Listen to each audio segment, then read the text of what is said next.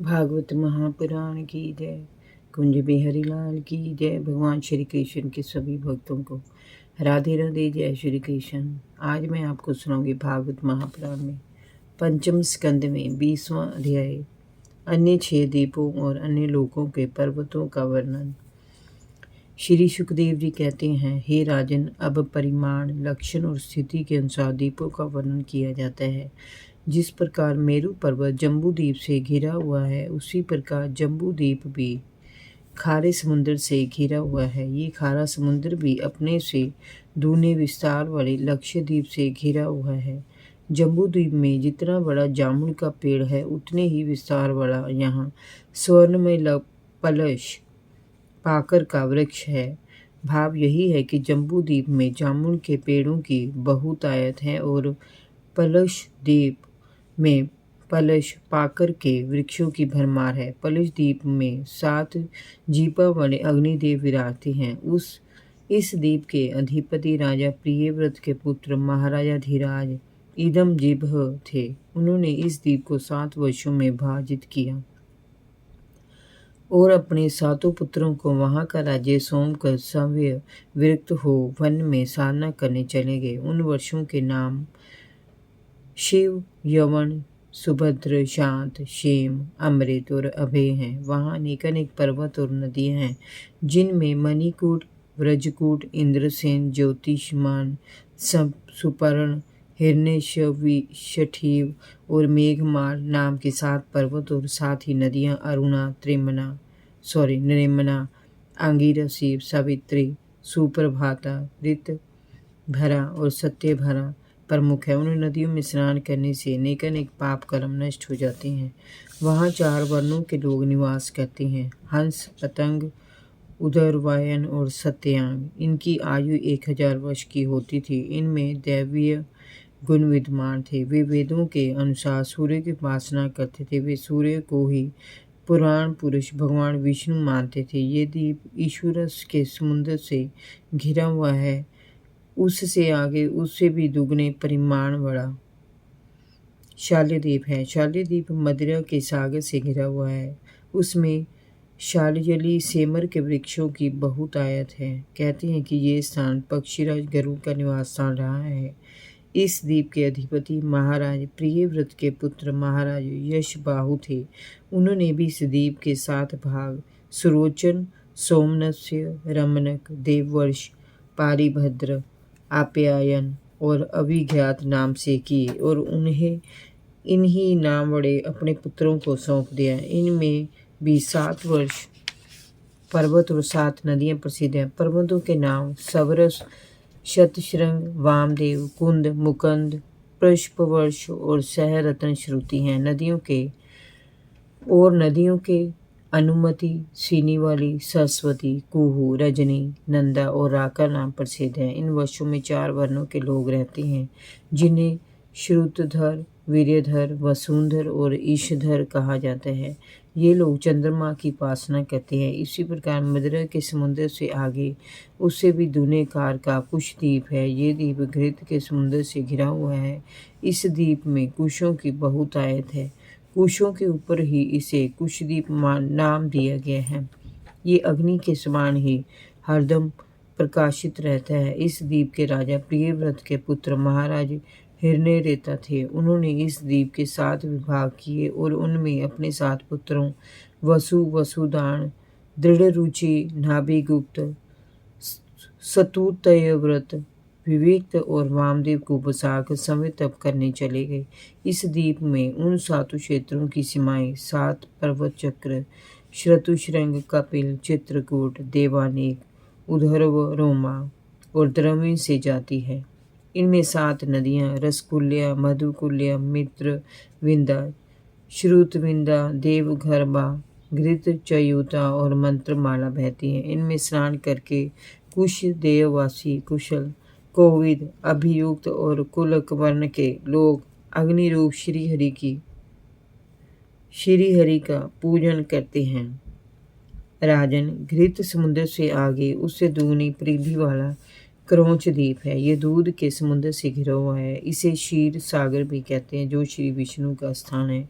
यहाँ क्रोच नाम का एक बड़ा पर्वत है जिसके नाम पर इस द्वीप का नाम रखा गया है। कहते हैं कि पूर्व काल में स्वामी कार्तिकेय जी के शस्त्र प्रहार से इसका कटी प्रदेश और लता निकुंज आज शत विषक्त हो गए थे, किंतु वरुण देव ने क्षीर सागर से इसे सींच कर फिर से सुरक्षित कर दिया। इस द्वीप के अधिपति राजा प्रियव्रत के पुत्र महाराज धृत पृष्ठ थे। वे बड़े ज्ञानी और दूरदर्शी थे। उन्होंने भी अपने द्वीप को 7 भागों में विभक्त किया और अपने पुत्रों को वहां का अधिपति बनाया। वे सभी श्री हरि के चरण कमलों की आराधना करने वन में चले गए। उनके 7 पुत्र आम, मधुर, रूह, मेघपृष्ठ, सुदामा, ब्राजीशट, लोहितारण और वनस्पति नाम के थे। उनके क्षेत्रों में भी 7 पर्वत सीमा निर्धारण करते हैं और 7 ही प्रमुख नदियां बहती हैं। पर्वतों के नाम शुक्ल, वर्धमान, भोजन, उपबरहीन, नंद, नंदन और सर्वतोभद्र है। और नदियों के नाम भय, अभय, अमृतज्ञ, आर्यका, तीर्थवती, वृति, रूपवती, पवित्रवटी और शुक्ला है। वहाँ पर 4 वर्ण वाले लोग रहते हैं। वे पुरुष, ऋषभ, द्रविण और देव कहलाते। वे जल देवता वरुण देव की उपासना करते हैं। इस क्षीर सागर से आगे उसके चारों ओर 32 लाख योजन विस्तार वाला शाक द्वीप है। यह द्वीप मट्ठे के समुद्र से घिरा हुआ है। इस द्वीप पर शाक के वृक्षों की बहुतायत है। इसकी मनोहर सुगंध इन वृक्षों के कारण ही चारों ओर फैलती है।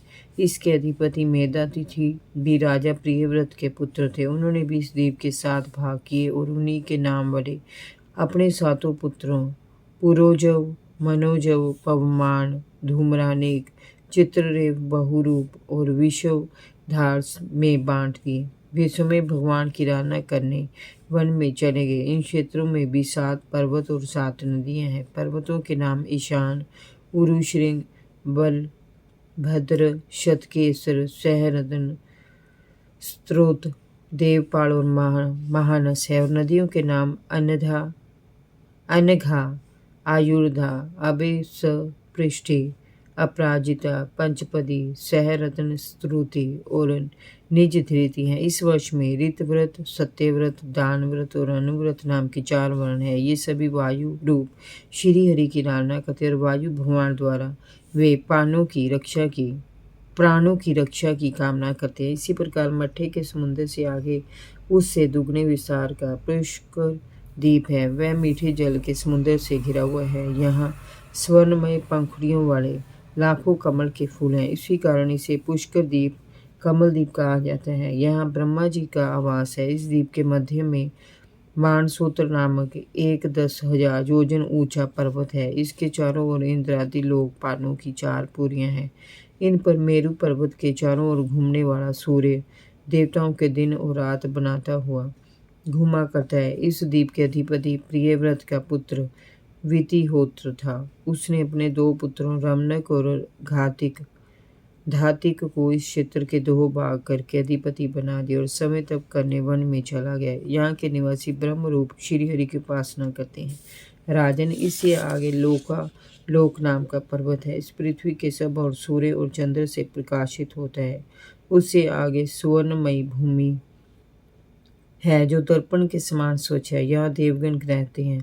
लोकालोक पर्वत इतना ऊंचा और लंबा है कि इसके एक ओर से तीनों लोकों को प्रकाशित करने वाली तथा ध्रुव लोक तक विस्तृत समस्त सूर्य ज्योति दूसरी ओर नहीं जा पाती। हे राजन, प्रमाण, लक्षण और स्थिति के अनुसार विद्वानों ने इन संपूर्ण लोकों का इतना ही विस्तार बताया है। ये समस्त भूमंडल 50 करोड़ योजन है। इसका चौथाई भाग अर्थात 12.5 करोड़ योजन विस्तार लोकालोक पर्वत का है। इसके ऊपर चारों दिशाओं में समस्त संसार के गुरु स्वयं ब्रह्मा जी ने संपूर्ण लोकों की स्थिति के लिए ऋषभ, पुष्कर, चूड़, वामन, अपराजित नाम के 4 गजराज नियुक्त किए हैं। श्री हरि अपने पार्षदों के साथ इन सभी पर्वतों पर विराजते हैं। इन लोकों से आगे शून्य अंधकार में योगेश्वरों की ही गति हो सकती है। हे राजन, स्वर्ग और पृथ्वी के मध्य जो ब्रह्मांड का केंद्र है वही सूर्य की स्थिति है। सूर्य और ब्रह्मांड के गोलों के बीच में सब और से 25 करोड़ योजन का अंतर है।